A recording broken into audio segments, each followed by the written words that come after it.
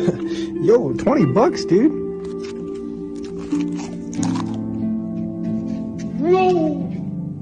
Howdy do, Tower. We're not aiming for the truck. This is the Summer Devlog 2023. The synopsis for the development this past time since spring is not a whole lot of new stuff, a few overhauls, and a lot of graphical changes. Let's jump right into it. By the way, if I sound congested, it's because I am. Two of the biggest overhauls done since spring are the Silvent and Brimber Gyms. For the Silvent Gym, almost every sprite was changed to be custom. The biggest changes being the dance floor below the platform, now flashing colors in the big square instead of the perimeter. Nightclub gates, DJ Chad getting a sick setup, lasers across the screen, and people dancing on the dance floors with a whole mosh pit by Chad.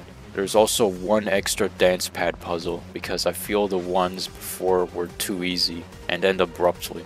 This new one may not be ball busted, but it do got balls. The fight with Chad also got buffed by about 2 levels. Brimber Gym got a complete rework with different puzzles, design, and graphics, mainly with the lava. Before, I tried to replicate the obby from the OG Brick Bronze. The problem with that is there is no jump button in the 2D Pokemon game. So I tried to do this timing based puzzle where you flip a switch and the red lines turn blue so you can run through them. Problem with that is there is no puzzle behind that.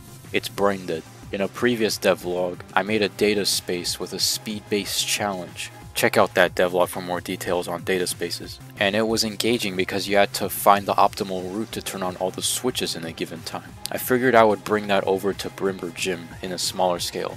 You flip a switch and globe poles appear. You turn them all on before the timer stops, and you complete that challenge. Up ahead shows a gate with a number, prompting the number of speed challenges needed to be done before progressing. There's one with red lines that spawn you back to a position and waste your time. Another featuring jump pads that launch you across the lava. And the final one combines all of the elements. I believe these speed challenges keep the adrenaline and spirit of the original, while being completely different in nature. Gale Forest got a glow up. Using ECAT's tile sets, I add diversity to the shapes of green trees. Small weeds growing on the grass give it a more realistic feel, and the mushrooms give it a mystic feel with the music and all. Little details like a log covered in mushrooms just make this area more alive. The general structure of the area did not change much, and it became one of the best looking areas in the game. So I decided to adopt this philosophy to a bunch of other early game areas, which further contributes to this game's demo being delayed. Mitis Town got a new Pokemon Professor's Lab, which is a faithful recreation of the PBB model. Around town, weeds and tree diversification were added, as well as an updated brick path. Cheshma Town changes include everything about Salzburg Coffee, the logo, the exterior building, and the interior. And then there's the bridge. The bridge is not very faithful to the original, but that's just because a converging bridge just doesn't look good or is realistic. Routes 2, 3, and 4 got a graphical treatment as well. With added trees, plants, flowers, and rocks, the space doesn't feel as open and empty from before. It's good to fill in the space that is unnecessary to traverse. A regional map has been added. Not much else to say here. There you go.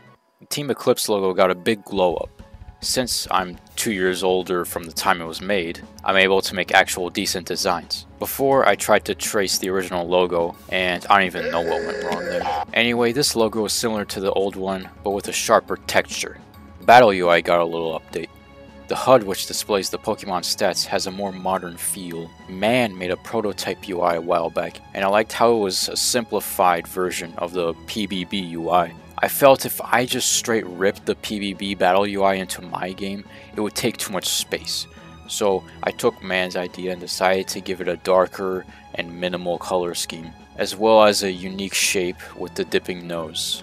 The octagon move buttons are made by Man, again keeping the simplistic modern feel. And lastly, as you could guess from the thumbnail I clicked on, the main logo for the game is changed, giving a more rusted feel for the rust and bronzy feel for the bronze. The title screen is more of a whirlwind instead of a cosmic background.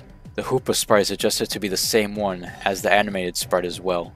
Either this or the fall devlog will be the last devlog before the first demo drops. Either way, the finish line is getting really close, as long as I don't keep adding shit to the game. But nah, even though school and college apps will be kicking me around, I'll try to get this demo out before this year ends, at the very least. That'll be all. See ya.